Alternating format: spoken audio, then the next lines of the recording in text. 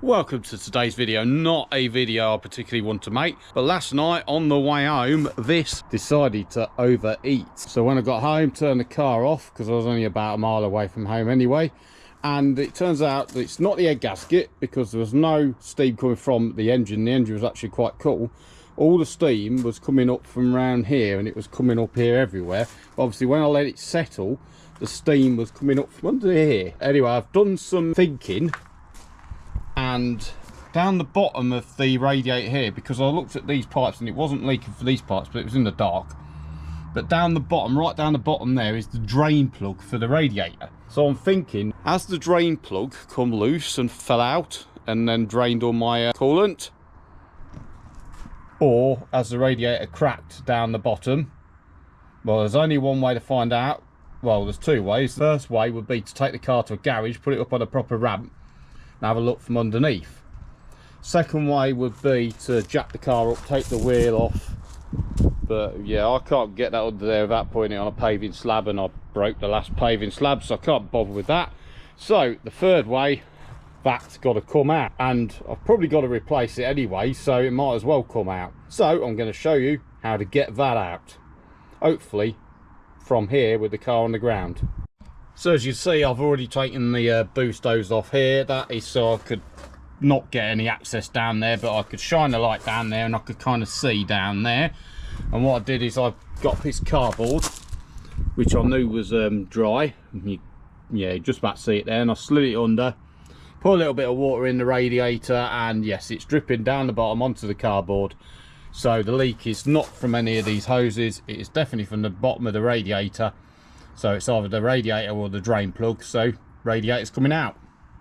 So theoretically, what's holding this radiator in is these two bolts here with the brackets, and at the bottom on the rad support rail, it's got two pins what sort of drop into there, so it's not bolted from the bottom, I don't think.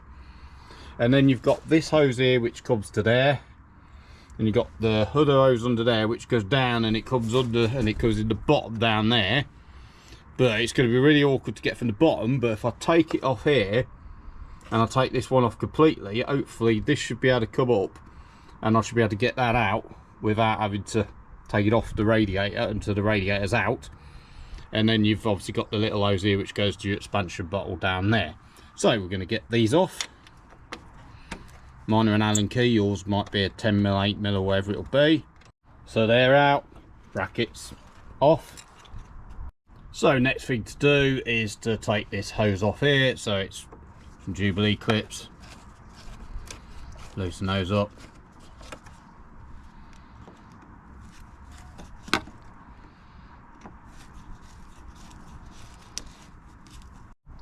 Now in theory there's going to be very little coolant here because the car emptied most of it out onto the road or driveway, but we shall see. So we'll try and get this hose off.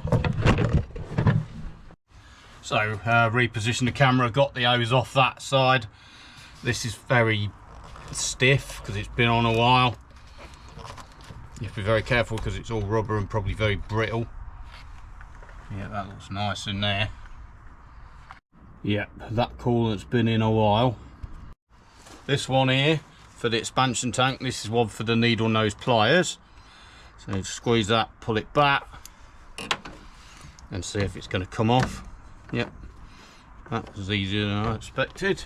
So that's loose, gravity's holding that in. It should slide up because this shroud here is only at the top and sides, there's nothing at the bottom. That's off, that's off.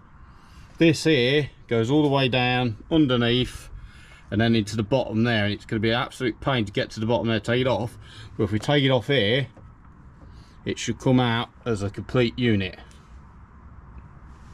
Fingers crossed. So this one, another Jubilee clip.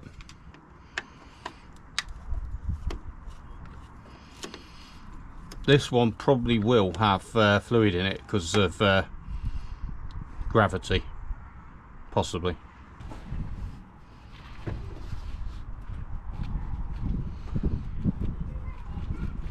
Yeah, that's not coming off very easy.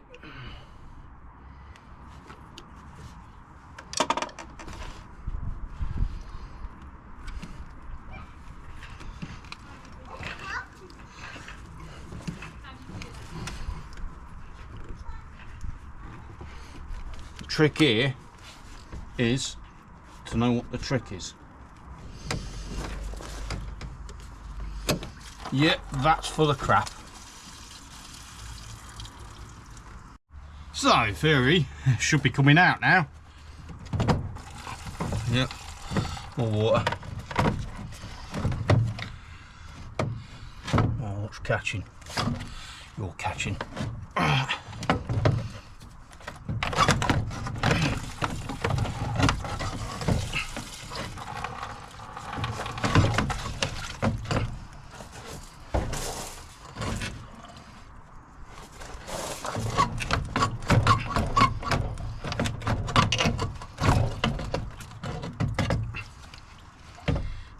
Yeah, we're tangled round the fan.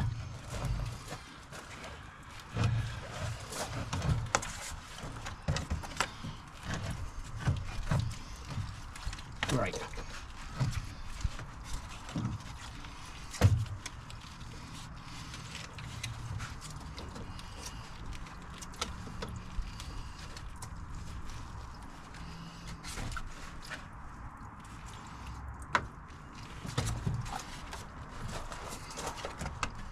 Well, that is the messy way of how to get your radiator out your Nissan 300Zx twin turbo.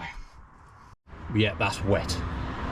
So, got the radiator out.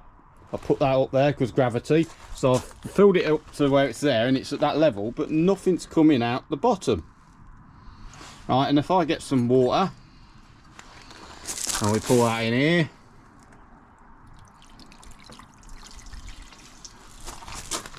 Coming out there, but nothing's coming out the bottom there, and that's really puzzled me.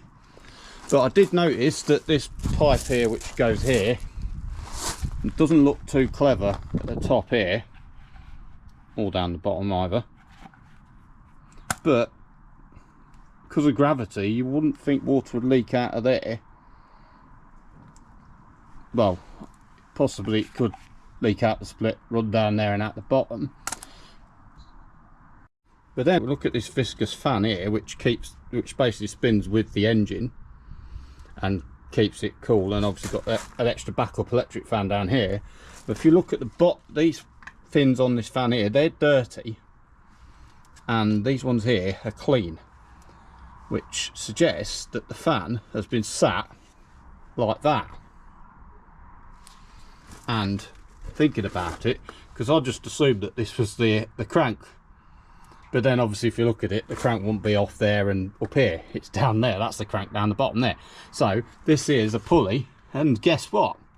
There's no belt on it, and there's another pulley down there. So basically what I think's happened is the belt snapped and the fan stopped working, and that's overheated the car and it's pressurized the system, and because it was a weak point here, it's caused a split here on that hose there, and basically broke that and overheat the car.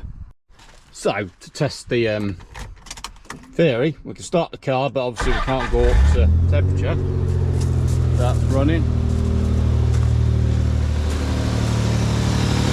So that is not moving. And then if we look down there, that there is the alternator pulley, and yeah, there's no belt there. So basically what I think is the alternator belt goes from there round the crank pulley and round the fan pulley, and that belt snapped, so I've got no alternator and I've got no fan. So if we start the car again, yeah, the alternator light's on the dash too. Also this pulley here, which drives the fan, behind that pulley is the water pump. So when this belt snapped, also the water pump would have stopped working as well, which is obviously contributed to the car overheating because there's no coolant going around the engine. This does move freely. You see it's spinning the pulley there, and if you spin it that way, I think you can hear the water moving. So I think the water pump's okay, but out of precaution, what I'm going to do is I'm going to put a new water pump in, and while I've got the radiator and all this stuff out, I might as well do the thermostat as well, because it's all tucked right in down there. So we've got to take these timing belt covers off here to get access, take the fan off here and the pulley off, and then the water pump off and the thermostat off. So yeah, it's going to be a right ball ache, but it's easier to do it whilst the radiator and all the cooling bits at the front are out the car. So for a new water pump, a new thermostat and a new fan belt from the Z Centre. We're going to be waiting on parts for a while, so we're going to end this video now and we're going to pick up again with a new video when the parts arrive. So don't forget to like, comment, subscribe and stick around for that one. Thank you for watching.